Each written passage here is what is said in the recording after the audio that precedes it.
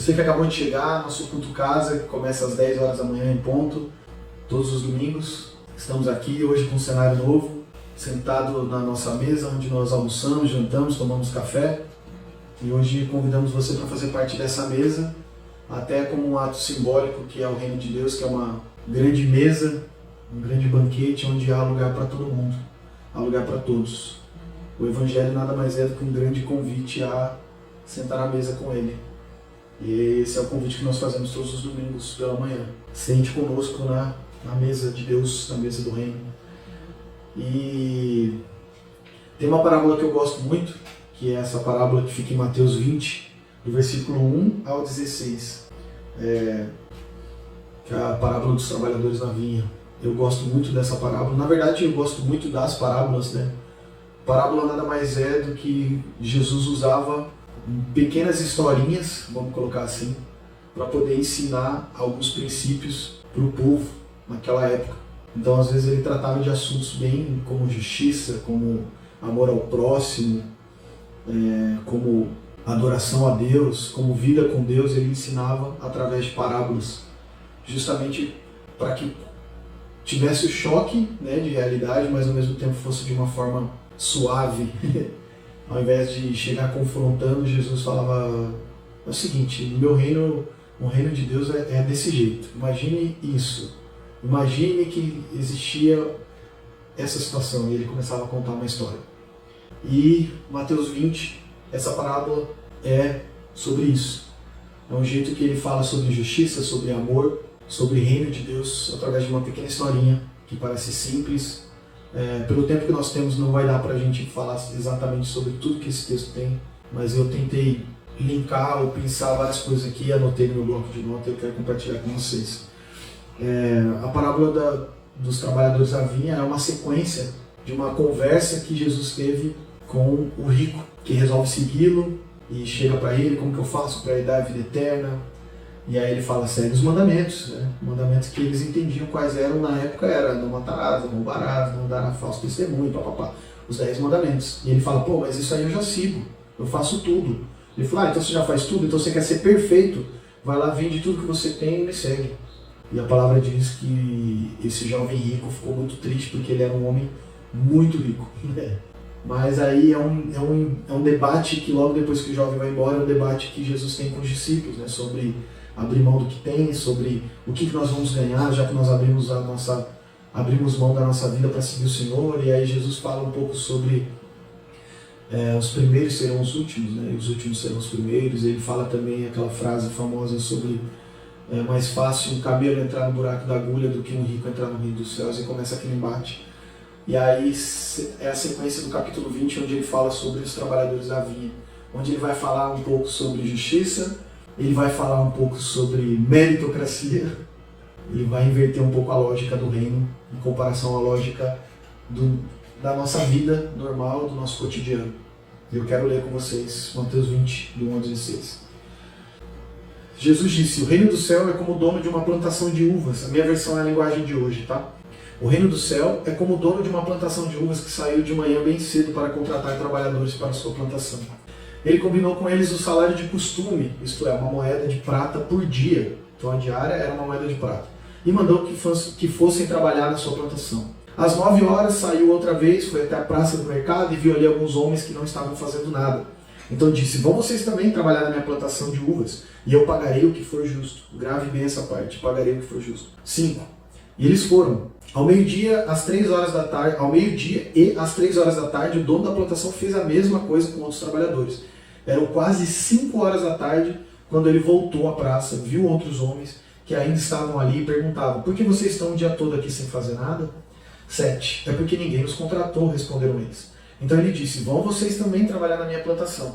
8. No fim do dia ele disse ao administrador: chame os trabalhadores e faça o pagamento, começando com os que foram contratados por último e terminando pelos primeiros. Os homens começaram a trabalhar às 5 horas da tarde e receberam uma moeda de prata cada um. Então os primeiros que tinham sido contratados pensaram que iam receber mais, porém eles também receberam uma moeda de prata cada um. 11. Pegaram o dinheiro e começaram a resmungar contra o patrão, dizendo: esses homens que foram contratados por último trabalharam somente 1 hora, mas nós aguentamos o dia todo debaixo desse sol quente. No entanto, o pagamento deles foi igual ao nosso. 13.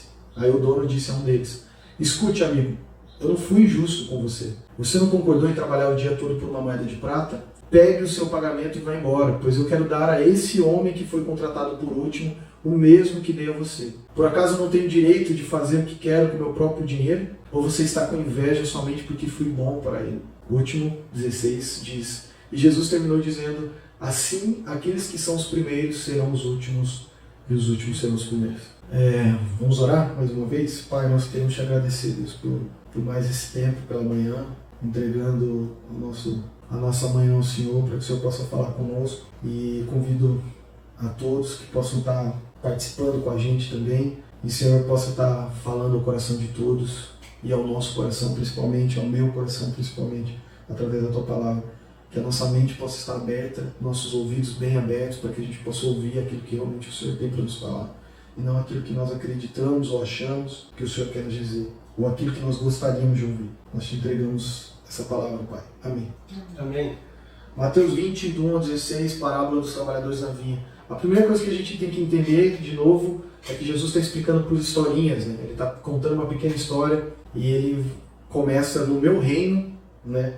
Voltando aqui no versículo 1, na minha linguagem, no reino do céu é como o dono de uma plantação. O reino do céu é como. Então ele está dando uma referência, né, de como funciona no reino de Deus. Em outras versões é no meu reino, né? No meu reino. Então a gente precisa entender que Jesus está falando sobre a lógica do reino dele. E ele está explicando uma historinha simples e ele coloca o Senhor da vinha, que nós podemos colocar aqui como se fosse Deus, né? Deus é o Senhor da vinha. A vinha, que é uma plantação de uva, nada mais é do que o mundo, o dia a dia, a vida, né? Então o Senhor da vinha é Deus e a plantação, a vinha, é o mundo, é o nosso dia a dia. E uma coisa que me chama mais atenção é que ele começa a pagar pelos últimos, né? Mas antes, só para dar uma introdução maior, até para entender melhor, a vinha, naquela época, grandes senhores de plantações, quando chegava a época, às vezes, de plantação, de colheita, ou até uma época que ele precisava fazer uma limpeza, algo assim na plantação, algo que exigia um esforço maior do que aquele já tinha no dia a dia. Ele tinha a equipe dele da fazenda, né, da plantação. Mas quando chegava, por exemplo, a época da colheita, era uma época que a demanda subia demais. Então ele ia ao mercado, ao pátio, né? Na Bíblia fala que ele vai ao mercado. Deixa eu achar o versículo que ele fala. Não achei, mas ele fala que ele vai ao mercado, né? Que o trabalhador vai ao mercado em busca de trabalhadores. Esse mercado nada mais era do que um grande pátio, onde pessoas que estavam disponíveis e buscando trabalho, elas iam lá e ficavam esperando. Não existia só um senhor da vinha, existiam vários senhores de plantação. E eles iam lá buscando pessoas para trabalhar. Então imagina o dia, né, aqui, como é a minha linguagem de hoje, ele fala certinho os horários, baseado no que a gente interpreta, né? 6 horas da manhã, 9 horas da manhã. Mas naquela época o dia durava das 6 da manhã às 6 da tarde, era o giro do dia, né? Então, imagine que bem cedo várias pessoas se reuniam naquele pátio e ficavam esperando os senhores da vinha, os plantadores, os fazendeiros, né, irem lá e buscar. E eu já imagino aqui, conjecturando, né, coisa que na palavra ela não entra nesse detalhe, não cabe entrar nesse detalhe, mas eu já conjecturando, eu imagino que esse senhor ele chega no pátio e ele escolhe os mais fortes, os mais aparentemente aptos para esse tipo de trabalho, como a gente faz no nosso dia a dia. Quando a gente vai contratar alguém, a gente mensura e mede e avalia a aptidão da pessoa, quanto ela quer trabalhar, às vezes até, em alguns casos, até a aparência física. Então eu imagino que talvez esses senhores, quando iam lá para buscar trabalhadores, eles buscavam isso também. Cara, o cara tem que trabalhar na plantação o dia inteiro, ele tem que ser forte, ele tem que aguentar o tranco, ele tem que ser resiliente, ele tem que saber, ele também tem que ter um mínimo de experiência com plantação, porque senão ele vai sofrer demais, ou ele também não vai saber fazer o que precisa ser feito. E pela alta demanda não dá tempo de ensinar corretamente, então precisa pegar pessoas meio que já prontas. Então a parábola nada mais é que Jesus contando que no reino dele é um Senhor que vai buscar pessoas para trabalhar. Mas a gente pode fazer paralelo com outros estilos de vida que não sejam o reino de Deus, como por exemplo o nosso reino do mundo, vamos colocar assim, né? Nosso dia a dia, que não tem a lógica do reino, é uma lógica de mercado, é uma lógica de meritocracia, é uma lógica de obrigações, né? Então Um senhor da vinha que trabalha na lógica da meritocracia, na lógica de mercado, ele vai e ele busca pessoas aptas. Ele busca pessoas que aparentemente parecem, né, que dão conta do recado. E ele busca 6 horas da manhã. E eu imagino, será que você ia fazer parte dessa turma que foi escolhida primeiro? Na sua vida, você sempre foi o primeiro a ser escolhido no futebol, na dança? Chamavam você para dançar na primeira rodada ou você ficava de canto? E aí atente-se aos detalhes, né? O Senhor ele vem e chama o primeiro grupo às 6 horas da manhã. É o início da jornada de trabalho. E ele diz, vão todos para a minha vinha e eu vou pagar uma moeda de prata. Uma moeda de prata equivalia a uma diária de trabalho. Ou imagina que ele é um freelance, né? Ele está ali para fazer um freelance. E o freela, a diária, custa uma moeda de prata. Então o senhor da vinha chega e fala, vai trabalhar lá na vinha e eu vou te pagar uma moeda de prata. Concorda? Concorda. Aceita? Aceita. Então vai. E eles foram. E aí ele volta para esse mercado de pessoas de trabalho, esse pátio onde tem pessoas disponíveis para trabalhar, e ele busca mais um lote de pessoas. Às 9 da manhã. E ele fala o seguinte, ele muda o discurso. Ele vai às 9, então ele vê que 9 horas da manhã sobrou gente. Ou seja, vários outros senhores foram lá, pegaram pessoas também aptas, aparentemente, e sobrou uma galera que não foi escolhida de primeiro, de segundo, de terceiro. Mas esse senhor volta e encontra essas pessoas paradas. E ele diz, por que vocês estão aí ainda? Ninguém nos contratou. Então vai para a minha plantação. E aqui ele já muda o discurso. Ele diz, e eu vou pagar o que for justo. Já que vocês não começaram junto com todo mundo, vai comigo mesmo assim e eu vou pagar o que for justo no final do dia. No final da jornada de trabalho. E eles aceitam. E a Bíblia conta que meio-dia e 3 horas da tarde ele faz a mesma coisa. Só que aí ele já muda o discurso de novo. Né? Ele só diz, por que vocês estão aí ainda? Pô, meio-dia, imagina a resiliência desses trabalhadores que estavam esperando no mercado de trabalho lá, no pátio. Pô, veio o pessoal 6 horas da manhã, levou uma galera, 9 horas levou uma galera. E eles estão lá esperando até meio-dia para ver se o milagre acontece. Quantos aqui que estão ouvindo esperaram até o 48 do segundo tempo para ser escolhido ou para ter uma provisão? Né? Imagine um homem naquela época, o trabalho era para o homem, né? Então esse tipo de trabalho não tinha para a mulher, né? Ela não era contada, poderia até ter, mas vamos supor, baseado no cenário daquela época, que eram só homens. Então imagine para a família, onde o histórico do homem, a responsabilidade que o homem tem de provedor, imagine ele buscar trabalho, sair de casa, despedir da família, eu vou trazer provisão, família. E ele vai, 6 horas da manhã, ninguém escolhe ele. 9 horas da manhã, escolhe mais pessoas e ele também não vai. Mas ele ainda fica, ele precisa voltar para casa com provisão.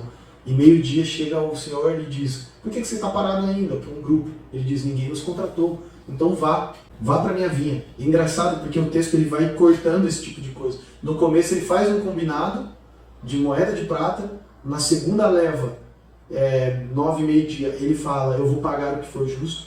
Meio-dia, 3 horas da tarde e 5 horas da tarde, ele diz, vá para a minha vinha. Ele não combina e ele nem diz que vai pagar algo que foi justo. Teoricamente, na nossa lógica de mercado, as pessoas que fossem contratadas nesse horário ganhariam proporcionalmente. Esse é o normal, né? Você trabalha e você faz um combinado e ganha proporcional. Você não trabalhou os 30 dias no mês, você trabalhou 15, então eu vou pagar referente aos 30 dias, mas proporcional. O próprio patrão faria isso. E isso é engraçado, porque são detalhes. No texto, quando você vai lendo rápido, você não repara que o Senhor ele não trata esses assuntos. No começo ele é bem claro, ele é bem específico. Vai trabalhar o dia todo e eu vou te pagar uma moeda de prata. Nas outras ele diz, vai e eu pagarei o que for justo. E mesmo assim as pessoas aceitam. E aí, o mais absurdo é que ele volta para o mercado buscar mais trabalhadores 5 horas da tarde. Sendo que a jornada de trabalho acabava às 18 horas, às 6 horas da tarde. Agora eu imagino, aí de novo eu conjecturando, o senhor o tempo todo indo buscar trabalhadores e voltando para a vinha. E eu imagino quem chegou 6 horas da manhã olhando aquele grupo chegando, né? E fazendo lá. Então o pessoal chegando aí. Aquela fofoca, né, de trabalho, olha lá, o patrão contratou mais gente. Mas de novo, 9 horas da manhã, beleza.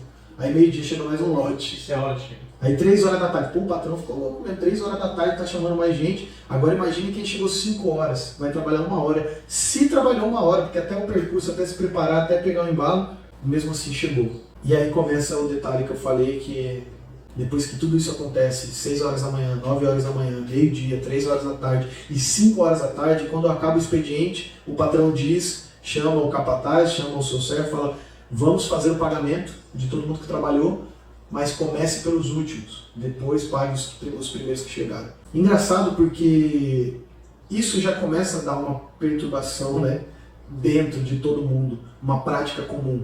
Quem tem experiência de contratar pessoas, quem tem experiência de empregar pessoas, entende um pouco isso. O patrão, eu fico imaginando o patrão começar a pagar pelos últimos que chegaram, sabendo que os primeiros estavam ali. Ele podia muito bem começar a pagar pelos primeiros que chegaram e ele pagaria a mesma coisa para os últimos, né? Seria lógico. Seria lógico. Mesmo que ele pagasse a mesma quantidade como ele fez, ele poderia fazer nessa ordem, porque aí quem chegou primeiro não ia reclamar.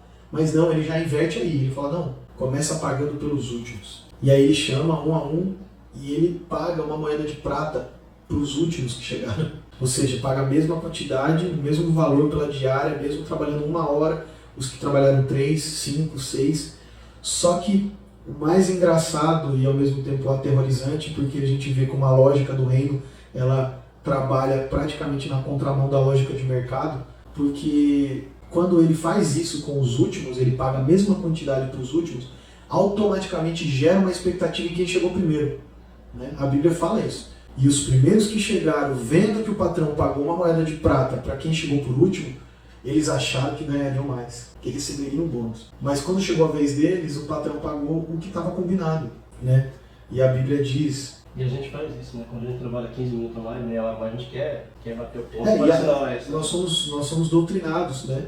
Mas, de novo, existe uma lógica de mercado funcionando. Existe uma norma, existe uma lei trabalhista que funciona na nossa lógica de mercado e ela deve ser cumprida, amém. Mas aqui Jesus está ensinando na lógica do reino. A perspectiva do reino, ela vem, a fonte de pensamento, a fonte de julgamento, a fonte de repertório para olhar é outra, né? Aqui a nossa fonte é a lei. O que a lei diz? Né? O que diz a lei? A lei diz para pagar proporcional, então paga proporcional, né? Se ele pagar algo a mais, ele é tipo assim, nossa, que patrão, né? E ele, agora na lógica do reino é diferente. Então diz aqui no versículo 10, então os primeiros que tinham sido contratados pensaram que iam receber mais, porém eles também receberam uma moeda de prata. Ou seja, automaticamente, o que a lógica de mercado faz com a gente, com o nosso espírito, com a nossa alma, com o nosso coração, quando a gente vê uma pessoa que fez menos que a gente, automaticamente a gente cria uma expectativa, né? Sendo que o combinado que ele tinha, aí no versículo 11 diz, ele pegaram o dinheiro e começaram a resmungar contra o patrão, dizendo, esses homens que foram contratados por último trabalharam somente 1 hora, mas nós aguentamos o dia todo debaixo desse sol quente. No entanto, o pagamento deles foi igual ao nosso. Ou seja, quando eu vejo que uma pessoa se esforça menos que eu imagino que ela deve receber menos que eu. Essa é a lógica. E essa é a falácia da meritocracia. Eu cheguei até aqui porque eu me esforcei. Amém, você esforçou, mérito seu. Mas agora pensar isso como um sistema de vida, né? Como meritocracia, como se todo mundo viesse do mesmo lugar, como todo mundo partisse do mesmo lugar, como se todo mundo tivesse as mesmas condições de vida, não tem, né? Como uma pessoa, isso é injusto até da parte com quem aceitou o trabalho de trabalhar meio-dia. Ele estava lá disposto a trabalhar o dia todo, mas ele não foi escolhido. Porque a Bíblia diz, o patrão fala, por que vocês estão aí até agora? Porque ninguém nos contratou, não é por força de vontade. Não era por força de vontade. Se eles fossem escolhidos 6 horas da manhã, eles estariam trabalhando alegremente. Mas a Bíblia diz, nós não fomos contratados. Ou seja, não deram oportunidade pra gente. Me deu uma oportunidade que eu vou. E aí a palavra é engraçada. Ela é choque nisso, porque no começo, ele faz as pequenas linhas, né? Vai trabalhar na minha vinha o dia todo, vou te pagar uma moeda de prata. Para essa galera que não teve oportunidade, o senhor da vinha só lançou uma palavra, vai trabalhar então. Você quer trabalhar? Então vai. E essa pessoa estava com tanta vontade que ela foi, né? E o mais engraçado é que aqui, cara, dá pra gente abrir várias coisas sobre esse texto. Até a gente como patrão, vocês vão perceber no final que a conclusão da história tem a ver mais com o senhor do que com os trabalhadores, mas a gente às vezes como patrão, mesmo dando essa palavra, a gente pensa assim, não, eu vou dar oportunidade porque essa pessoa está precisando, mas na hora de exercer generosidade, bondade com o pagamento, a gente não faz, a gente paga proporcional, né? Então a gente usa dessa ânsia, dessa vontade, dessa escassez de trabalho, de oportunidade, a gente pega aquela pessoa arrebentada, dá uma oportunidade para ela, mas a gente não exerce o que esse patrão fez, porque ele pegou essas pessoas. Eu fico imaginando a resiliência de quem ficou até 5 horas da tarde. Essa pessoa queria muito o milagre mesmo, né? Tipo assim, não. Vou embora. Agora eu imagino o bate-papo entre as pessoas do próprio mercado de trabalho, do próprio pátio ali onde reunia várias pessoas. Hoje tá fraco, hein? Hoje tá fraco, vou embora. Amanhã a gente tenta de novo. E esse tipo de pessoa quer arrebanhar um monte de gente junto. Vamos, amanhã a gente tenta de novo. Vamos ali no bar tomar uma ali para ver se... né? E esse grupo continua até 5 horas da tarde. E fica aí o ensinamento. Talvez coisas acontecem no horário que você menos espera. E continuando aqui o raciocínio, quando aquele grupo que chegou primeiro confronta o senhor da vinha dizendo: a gente teve que aguentar o sol, ou seja, é legítimo. A gente às vezes quer usar isso com razão. Ele tinha razão, eles aguentaram o sol, eles aguentaram o trabalho por mais tempo, mas não se tratava disso, não se tratava do esforço, se tratava do que foi combinado. E ele disse: eu não fui injusto com você, eu não combinei com você uma moeda de prata, tá aqui, né? E aqui, cara, é o aprendizado que eu acho mais bonito dessa palavra. No reino de Deus, o pior cenário é a justiça. O pior cenário que pode acontecer no reino de Deus é ele te tratar com justiça. Mas o melhor cenário de Deus, no reino dele, é ele te tratar com graça. Não há nada inferior no reino de Deus à justiça. Não há nada menor. Não tem como Jesus colocar você numa posição onde ele trate menos do que ser justo. Então, no pior cenário do reino de Deus, no pior cenário de todas as condições, Deus vai ser justo com você. E está aqui. Deus combinou o Senhor da vinha combinou uma moeda de prata e pagou aquilo que tinha sido combinado. Né? Mas agora aqui está o diagnóstico também. O Senhor da vinha diz: eu quero dar. O meu combinado foi uma moeda de prata com você. Agora você está incomodado e está querendo dizer para mim o que eu posso fazer com o meu dinheiro? Eu imagino Deus tratando com quem busca isso. No reino de Deus ele está ensinando isso. Deus está dizendo para você que no reino dele, se você quiser tratar através de obrigação, através de acordo, Deus vai cumprir o acordo. Né? Mas é só isso que ele tem para você. Uau. Deus ele olha para você e diz: você quer o combinado? Você quer o combinado? Você quer o seu direito? Toma aqui. Mas vai também. Né? O Senhor da vinha diz: toma o que é teu e vai. Toma o que é teu e vai. Quantos de nós fizemos isso? Né? Todos nós já fizemos isso com Deus. Deus, mas eu tenho direito. Deus, mas eu me esforcei. Essa esforço, então toma aqui o que está combinado. Toma aqui. Isso tudo certo. Mas o diagnóstico é esse: o seu olhar é mau. Você tem um olhar mau. Porque você tem problema com a minha generosidade. Quem é mau não suporta a graça de Deus. Né? Quem tem um olhar ruim, quem tem um olhar da obrigação, né? É o famoso filho da obrigação. Ele quer reivindicar a meritocracia. Quer trabalhar com obrigação. E de novo, no reino de Deus não tem nada de errado. Né? Porque Jesus, o Senhor da vinha diz: toma o que é teu e vai. Ele não ficou sem receber. Ou ele não falou: você está resmungando, então faz o seguinte: não vou te pagar mais. Vamos ver isso na justiça. E não sei o quê. Vai embora daqui. Não, ele diz: toma o que é teu e vai embora. Essa é a justiça. Mas o diagnóstico é esse. É no versículo 12, 11 ou 13. Escute, amigo, eu não fui injusto com você. Você não concordou em trabalhar o dia todo por uma moeda de prata. No 14.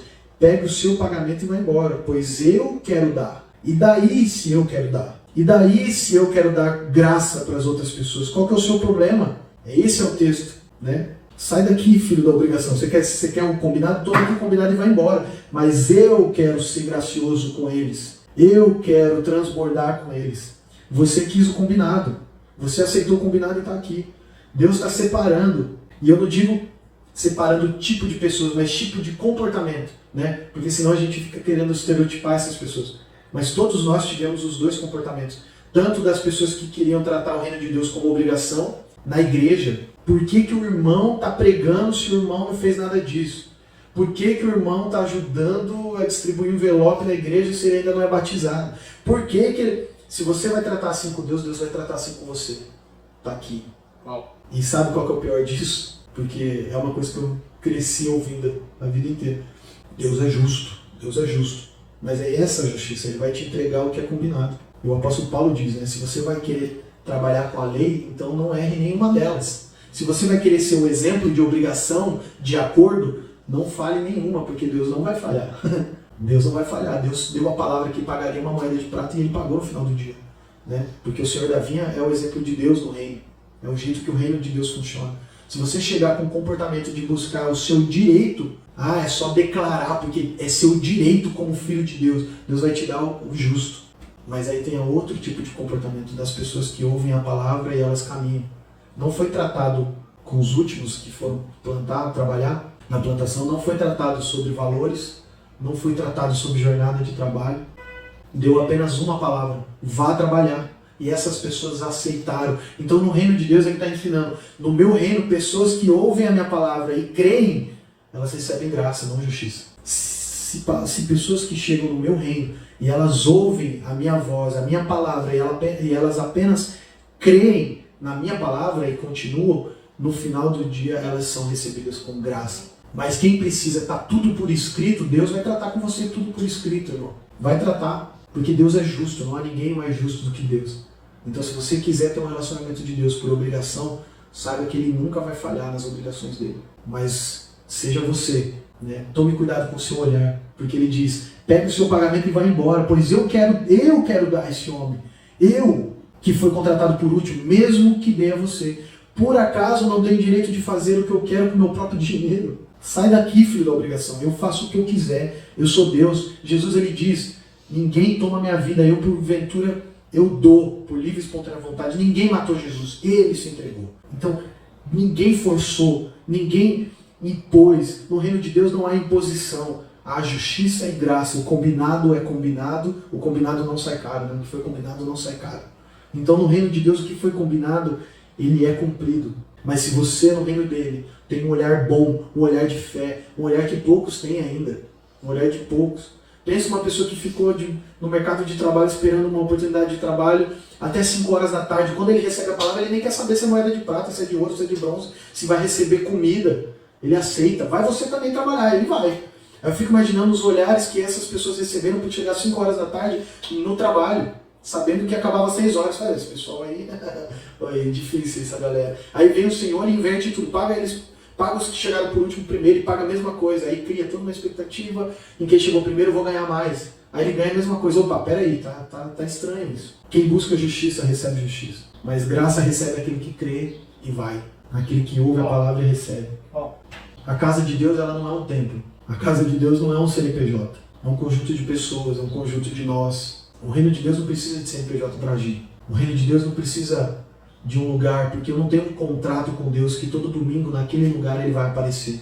Eita. Eu, o Senhor, não faço nada por obrigação. Mas Ele diz para vocês que tem esse comportamento, para você que tem esse comportamento, para nós, para mim, quando eu tenho esse comportamento de querer exigir algo a mais porque alguém que fez menos que eu ganhou a mesma coisa que eu não faço nada por obrigação.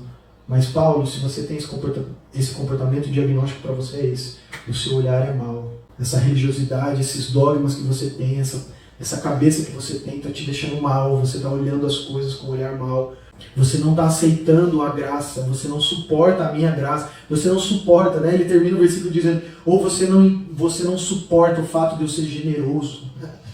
Você tem inveja. Você tem inveja de eu ser generoso. Que ponto chegamos, gente? Que ponto chegamos? Jesus está dizendo isso naquela época.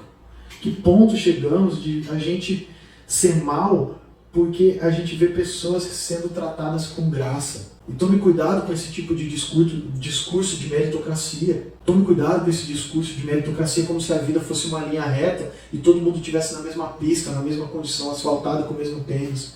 Não tá. Mas saiba que no reino de Deus o pior cenário é a justiça. Se você busca a justiça, vai ser tratado com justiça. Mas se você chega: Deus, é 1 hora de trabalho que eu tenho, eu aceito, eu vou. Eu vou porque eu sei que o Senhor vai ser justo comigo. Para algumas pessoas que Ele contratou, Ele diz: vai e eu te pagarei o que eu achar justo. O que eu achar justo. Ou seja, para aquele que não quer tratar com Deus pela obrigação e ele aceita porque confia, essas pessoas tiveram a coragem de confiar em Deus, de confiar na justiça de Deus. E quando você confia na justiça, você é tratado com graça. Mas agora quando você não confia na bondade, na justiça de Deus e quer tratar no contrato, põe tudo no contrato, põe tudo, que vai saber. Ainda mais se o irmão é crente já sabe, dá trabalho. Se você quer tratar na obrigação, vai ser tratado com obrigação por Deus. A pergunta que eu deixo: quando você vê o Senhor Deus tratando outras pessoas com bondade, você fica mal? Porque quem tem esse olhar mal quer que Deus trate com obrigação todo mundo. Quando eu tenho esse olhar de meritocracia, eu quero que Deus coloque a mão e pese em todo mundo. É o famoso discurso, né? Deus vai pesar a mão, né? Porque Deus está de olho, Deus é justo, né? Deus ele é amor, mas Deus é santo também. Sempre enfatiza o fato de ser santo. Consumidor, vai. E é sempre assim. Irmão, se você está pregando isso, tome cuidado, porque Deus vai te tratar desse jeito. É desse jeito que Deus vai te tratar. E não estou te ameaçando, estou dizendo o que a parábola nos diz. Ele é santo, ele é justo, mas olha a justiça de Deus aqui. A justiça de Deus não atua conforme a sua justiça. Porque a justiça dessas pessoas que foram contratadas primeiro era a justiça da legalidade, era o legalista. Como assim? Eu trabalhei o dia inteiro, aguentei o sol. Legítimo sua dor, mas você não aceitou o combinado de uma moeda de prata, então tá aqui, toma o que é seu e vai embora. Ele também não esperou. Não esperou a graça também. Talvez se não foi precipitado, né? Se ele tivesse esperado. Quantos de nós nos precipitamos? Né? E aqui eu acho que é o mais grave, né? Que é quando ele diz: você tem problema por eu ser generoso, que é a famosa inveja. Né? Inveja não é eu ficar bravo ou eu ficar enciumado pelo que você tem. Aqui deixa bem claro que inveja não é isso. Inveja é eu não querer que você tenha. Né? Como assim ele vai ganhar uma moeda de prata? Eu ganhei uma moeda de prata e eu trabalhei o dia inteiro, então ele não merece ganhar uma moeda de prata. Então inveja não é sobre eu querer ter as suas coisas, eu querer que você não tenha nada. Se eu tenho um carro, eu quero que você não tenha. Se você tem uma família, eu quero que você não tenha uma família feliz. No reino de Deus não é lógica de mercado, é lógica da graça. É o escândalo da misericórdia. Né? Deus é misericordioso, Ele é gracioso. Não é lógica de mercado, não é troca, não é barganha. Então os últimos serão os primeiros e os primeiros serão os últimos. Muitos dos que estão ouvindo hoje de manhã talvez estejam nessa condição. Talvez você está angustiado, mas você tem tratado Deus como troca, como barganha, como obrigação. Deus não tem obrigação nenhuma com você. Deus não te deve nada, porque quando Jesus morreu na cruz, ninguém fez nada por ele, ninguém tomou uma chicotada, ninguém sofreu nada, todos os discípulos foram embora, todos se afastaram, ninguém foi fiador de nada. A palavra diz que ninguém foi fiador de nada. Jesus sofreu tudo sobre si, levou todos os nossos pecados e iniquidades. Ou seja, se eu morri e eu fiz tudo sozinho, ninguém foi fiador, ninguém fez nada por mim, ou seja, não tem obrigação nenhuma contigo. Pega o que é seu e vai embora. Pega o que é seu e vai embora. Quer tratar comigo assim? É assim que eu vou tratar com você. Se você acha que eu tenho obrigação, se você por algum motivo acha que eu tenho obrigação com você, pega o que é seu e vai embora. Pega o seu combinado, pega o que foi acordado e vai embora. Mas agora, se você crê no que eu fiz, se você crê na minha palavra, se você crê que eu sou justo e minha justiça é bondade, é amor, é misericórdia, e você apenas crê e espera que eu derrame em você essa graça, toma aqui, graça de Deus. Evangelizar não é convencer uma pessoa. Eu postei esse dia. Evangelizar não é convencer uma pessoa. Evangelizar é viver. Evangelizar é conviver. É ter comunhão, é produzir vida, é amar, levantar cada dia e atribuir sentido e paixão a tudo que faz. O Evangelho ele vem dos oprimidos, mas é interpretado pelos opressores. Né? Então a gente precisa entender isso. Essa é a perspectiva. Se você tratar com Deus através de acordos, através de leis, através de mandamentos, nada mais é do que o que os fariseus faziam. Né? Os fariseus faziam isso naquela época. O que está escrito? Né? É a geração que limpa o copo por fora, mas dentro está sujo. Ui. Você bota o nariz, está cheirando ovo. Né? Você não consegue tomar mais. Tem gente que é traumatizado com um copo de vidro porque... Esse está cheiroso. Ah, gostou. Vou tomar. Né? Jesus tem um capítulo inteiro Jesus dizendo só hipócritas, hipócritas, hipócritas, hipócritas. E ele lança várias palavras. Né? Sepulcro caiado, está preocupado em limpar o prato, está preocupado em limpar as mãos várias vezes antes de ler a Bíblia, mas não consegue colocar a Bíblia dentro do coração, não consegue viver com a palavra. Então, meu irmão, a Igreja Nest ela não precisa de um CNPJ, a Igreja Nest ela não precisa de um templo físico, a Igreja Nest não precisa de um lugar onde tem uma escolinha de criança, onde tem um lugar para ser batizado, onde tem, sei lá o que for, tem a área do louvor, tem a área de intercessão. Porque a Igreja Nest acredita nisso, na liberdade da graça. Se você crê, se você ouve essa palavra e crê, caminhe no seu dia a dia com essa visão. Sabe? Quem trata com você com obrigação, trate com obrigação. Entrega o que foi combinado. Agora, para as pessoas que acreditam em você e confiam em você, que estão caminhando com você, sem buscar nada em troca, sem buscar nada achando que você tem obrigação com elas, trate com generosidade, trate com graça, trate com amor, com bondade. Todas as vezes que eu lembro dos meus dias, desde criança, cara, uma coisa que sempre esteve presente na minha vida era o fato de eu não ser apegado às coisas. Eu sempre compartilhei tudo que eu tinha. Às vezes tem hora eu até vejo isso como um problema, porque às vezes eu tenho algo que eu amo muito, mas eu vejo que para mim às vezes aquilo lá não é muita coisa, mas para quem eu entrego é mudança de vida. Então o Evangelho é isso. O Evangelho para você talvez não gera mais grandes transformações, mas para quem você vai falar, para quem você vai ser bondoso, para quem você vai ser generoso, é mudança de vida. Um dia a Rose, que é a cuidadora do Theo, que vive dentro da minha casa, da nossa casa, cuida do Theo, ela fez aniversário e ela chamou a gente para ir no aniversário. Não, vou fazer um churrasco, vai lá, quero muito que vocês vão, não sei o quê. E ela contou que o marido dela disse assim, o marido dela também trabalha com a gente, falou, não, o Paulo e a Nath não vão, eles não vão se misturar. Eles não se misturam. Isso a gente ficou sabendo depois, né? E aí a gente foi no aniversário. E a gente foi por gratidão, por honra, por tudo que ela faz, pelo cuidado que ela tem com o Theo, né? Pela generosidade que ela tem, porque ela não faz por obrigação, ela faz porque ela ama, né? E ela é tratada com amor, é tratada com graça. E quando a gente foi lá, eu pensei o quanto isso mudou a vida dela. Não estou dizendo que a minha presença é muito importante, mas para algumas pessoas, para ela, o fato dela me convidar e eu ir, né? Mesmo talvez sabendo que ela não poderia entregar o que ela achava, né? Porque é uma família muito simples, então fica com toda aquela expectativa, aquela preocupação, será que eles vão ficar à vontade? Será que, né? Você toma esse tipo de refrigerante, você come assim, e cara, fica tranquilo, fica em paz, eu tô aqui, tá tudo maravilhoso, lindo, né? E eu vejo o quanto isso marcou. Então, pare de tratar as pessoas com obrigação, trate com generosidade, com graça, porque para você talvez é pouco, mas para quem recebe é muita coisa, é mudança de vida. Eu imagino os trabalhadores que foram 5 horas da tarde, trabalharam até as 6 e voltaram para casa com a provisão de um dia. Porque Deus, ele não só paga pelo que você trabalhou, mas ele paga pelo que você precisa, né? Porque aquele trabalhador, ele foi trabalhar só 5 horas da tarde, mas ele ficou o dia inteiro esperando, então ele perdeu um dia de trabalho. Mas Deus, ele sabe o que você precisa, então ele paga, ele te entrega o que você precisa. Então ele volta para casa com a família, trazendo a provisão de uma diária, mesmo trabalhando 1 hora. Eita! E é uma frase que meu pai sempre fala, que é algo que a Igreja Net precisa estar tentando incorporar e a gente fazer parte das nossas palavras, dos nossos louvores. A graça, a misericórdia, o amor de Deus não é para quem merece, é para quem precisa. Esse é o Evangelho. Se você quer tratar por merecimento, Deus vai tratar com você com justiça, com obrigação. Vamos ver o que você realmente merece, marido. Vamos ver o que você realmente merece, Paulo. Vamos fazer uma listinha aqui. Mas agora quando você aceita e diz, Deus, ser propício a mim porque eu sou pecador. É a história do publicano que ora, ajoelhado e rendido e humilhado diante de Deus, mas também está o sacerdote, o líder, o fariseu, né? O escriba, né? Aquele que ora em voz alta. A Bíblia diz que ele orava em pé. Se ele coloca esse detalhe na Bíblia, quer dizer que não era um costume deles, né? Então ele está enfatizando isso, eles oravam em pé, ou seja, quer dar a conotação de que ele estava mostrando que estava orando para as pessoas. E ele orava no pátio, onde estava todo mundo, ou seja, ele orava alto.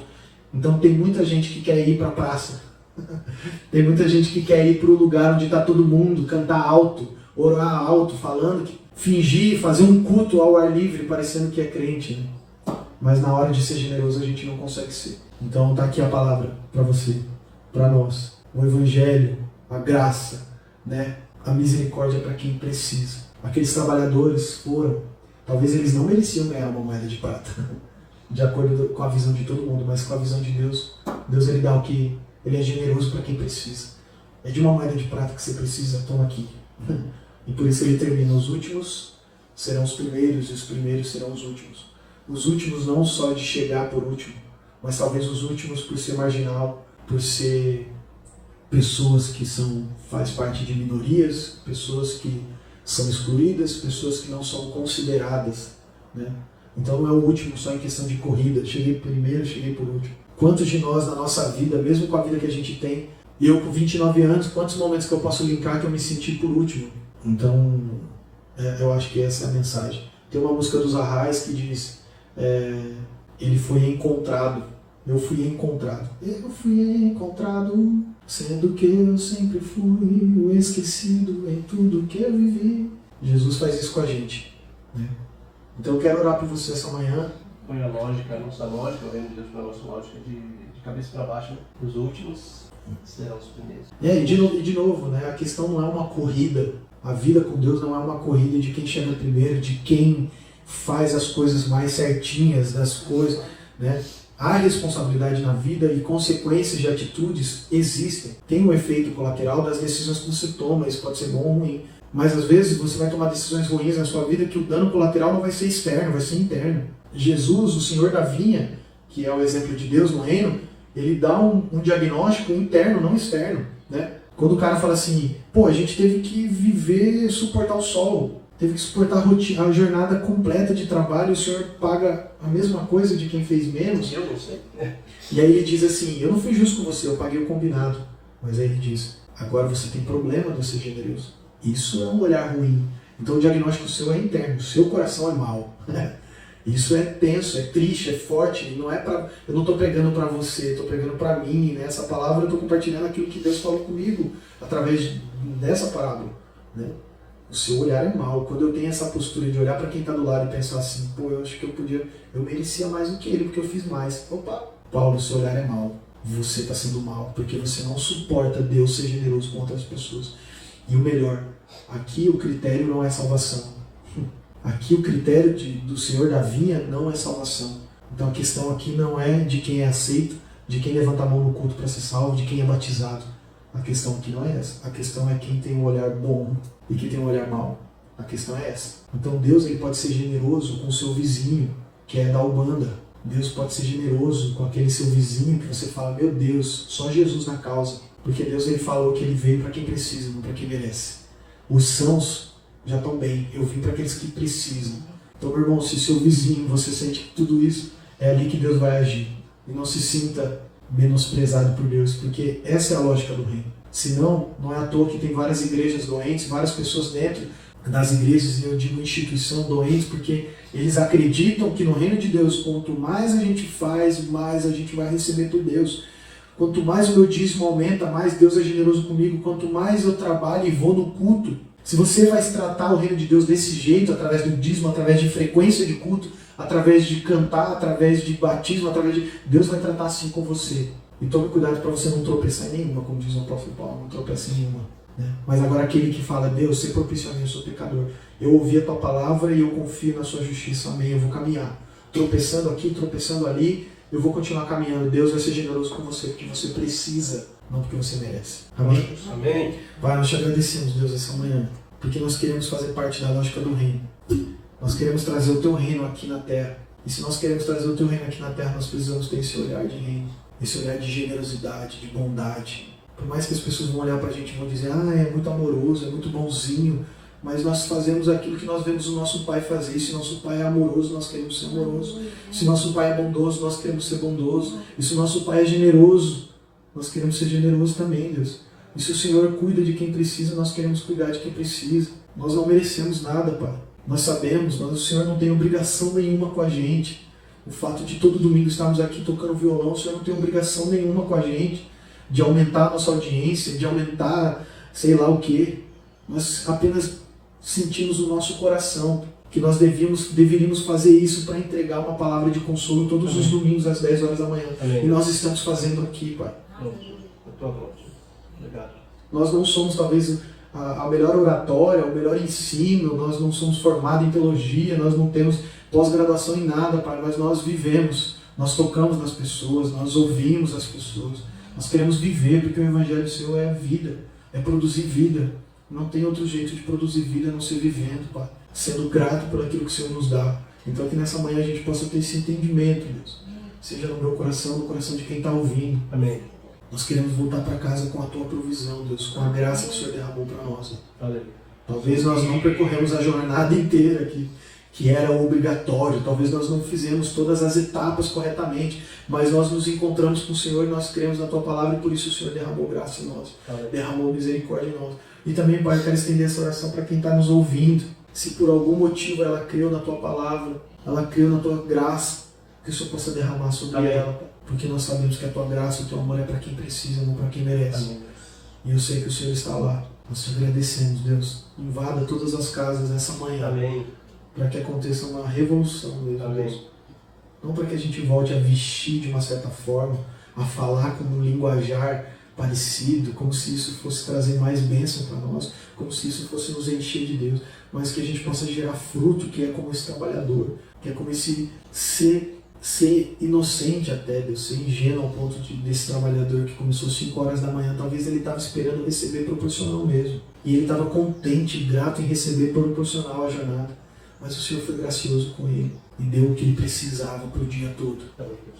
E que as pessoas que estão nos ouvindo, talvez essas pessoas por algum motivo, hoje elas estão se sentindo os últimos. Por algum motivo elas estão achando que elas não merecem, porque elas não percorreram a jornada que muita gente acredita ser o certo. Mas o Senhor está olhando para elas, Pai, e o Senhor vai dar a elas o que elas precisam, não o que elas merecem, Deus. Sim, Deus. Nós confiamos na Tua misericórdia que se renova a cada manhã, nós confiamos na Tua graça, nós confiamos no Teu imenso amor.